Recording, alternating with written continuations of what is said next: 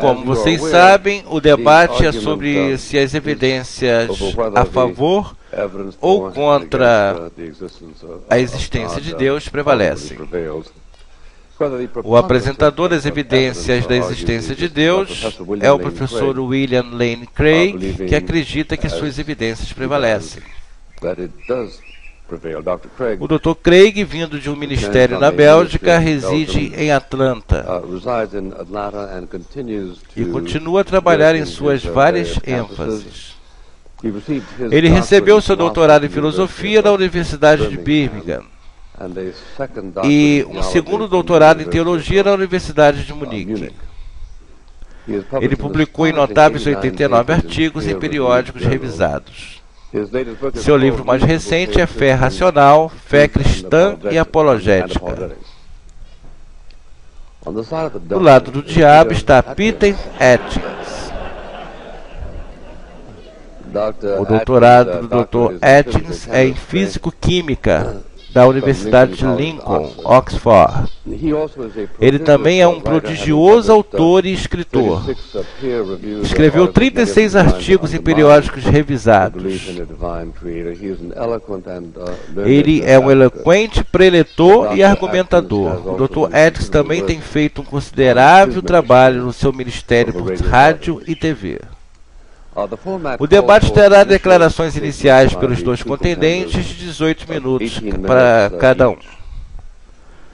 Elas serão seguidas por refutações de 9 minutos. E eu não vou puxar uma alavanca e fazer os preletores desaparecerem nas entranhas da Terra se eles ultrapassarem em 5 segundos. Mas se ultrapassarem em meio minuto, eu farei a nossa presença impaciente ser sentida. Então, eles recomendam que cuidem o relógio, que você preste bastante atenção a eles. Por favor, venham.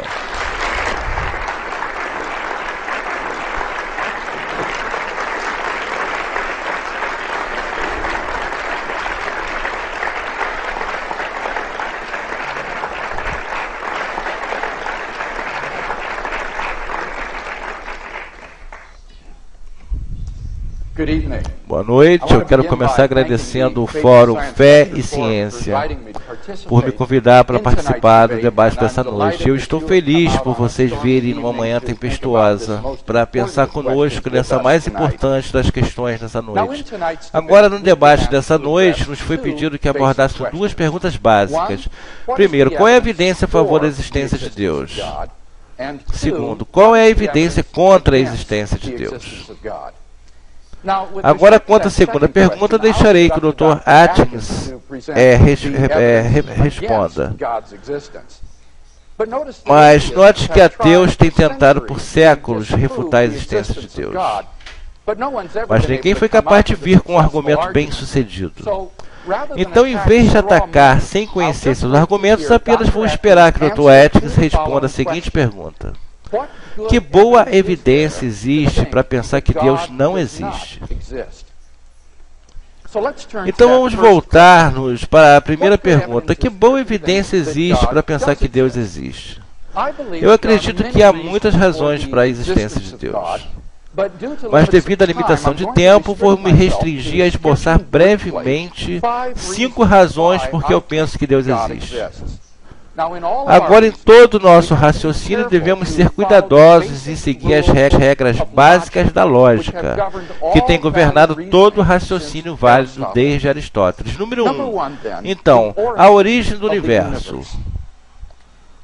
Você já se perguntou de onde vem o universo? Por que tudo existe em vez de apenas nada? Tipicamente, os ateus têm dito que o universo é apenas eterno e sem causa.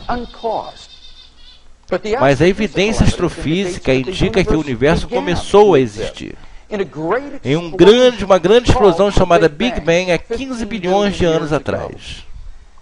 A maioria dos leigos não sabe que não só toda a matéria e energia foram criados naquele evento, mas também os próprios tempo e espaço físicos. Isso é de importância máxima, porque implica, como o astrônomo de Cambridge, Fred Hoyle, diz que a teoria do Big Bang requer a criação do universo a partir do nada. Agora, isso tende a ser bem desconfortável para um ateu, pois, como Anthony Kennedy, da Universidade de Oxford, aponta, um proponente da teoria do Big Bang, se ele é um ateu, deve acreditar que o universo veio do nada e por nada. Mas, certamente, isso não faz sentido. Do nada, nada vem. Então, de onde veio o universo? Por que o universo existe em vez de apenas nada? Deve ter havido uma causa que trouxe o universo à existência. Nós podemos resumir nosso argumento da seguinte forma. Premissa 1. Tudo que começa a existir tem uma causa. 2. O universo começou a existir. 3. Portanto, o universo tem uma causa. Agora, inerentemente, sendo causa do espaço e do tempo, essa causa deve ser um ser não causado, imutável, atemporal e imaterial, de um poder inimaginável que criou o universo. Deve ser atemporal, portanto imutável, porque criou o tempo. Porque criou o espaço, deve transcender o espaço também. E, portanto, ser imaterial, não físico. Além disso, eu argumentaria também deve ser pessoal, porque uma causa imutável e impessoal nunca poderia existir sem seu efeito. Se as condições imutáveis e impessoais para um efeito estão atemporalmente presentes, então seu efeito deve ser atemporalmente presente também. Por exemplo, a causa para o congelamento da água é a temperatura estar abaixo de 0 graus. Se a temperatura estivesse abaixo de 0 desde a eternidade, então qualquer água ao redor estaria congelada desde a eternidade. Seria impossível para a água começar a congelar há um tempo finito atrás. A única maneira de uma causa ser atemporal e do efeito começar há um tempo finito atrás é a causa ser um agente pessoal que livremente escolhe criar um novo efeito sem nenhuma condição determinante anterior. Por exemplo, um homem eternamente sentado poderia livremente querer ficar de pé. E assim ele teria um novo efeito surgindo de uma causa eterna. E assim chegamos não meramente a uma causa transcendental do universo, mas ao seu criador pessoal. Em seu livro, A Criação, o Dr. Atkins luta terrivelmente para explicar como o universo pôde vir a existir sem causa, a partir do nada. Mas no final ele se encontra preso em autocontradição. Ele declara, agora voltamos ao tempo além do momento da criação, para quando não havia tempo e onde não havia espaço.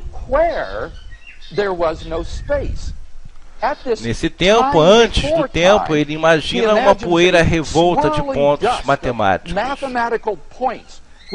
que recombinavam repetidamente e finalmente chegaram por tentativa e erro a formar nosso universo com espaço e tempo.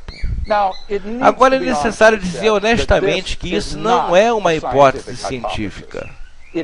É metafísica pop e do pior tipo, pois é obviamente autocontraditória, uma vez que pressupõe tempo e espaço a fim de explicar a origem do tempo e do espaço. Como o cientista David Park escreve, é enganadoramente fácil imaginar eventos antes do Big Bang, mas na física não há como essas imaginações fazerem sentido. Como se isso não fosse suficientemente ruim, o Dr. Atkins aumenta o problema perguntando de onde os pontos matemáticos vieram. Sua resposta: o tempo trouxe os pontos à existência e os pontos trouxeram o tempo à existência.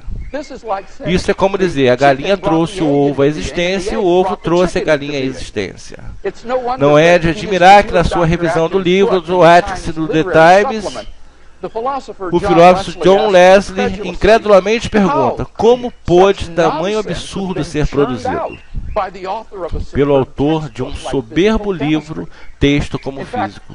Na verdade, o colega Dr. Atkins, na Universidade de Oxford, Kate, em seu livro Deus, Acaso e Necessidade, aponta não menos que 7 falácias lógicas como essa no cenário criado pelo Dr. Atkins. Ward conclui que é flagrantemente autocontradistório e então não pode ser verdade. Em contraste à visão que os teístas cristãos sempre mantiveram, de que há um criador pessoal do universo, não apenas é logicamente consistente, mas também segue logicamente as premissas que eu apresentei. Muito obrigado.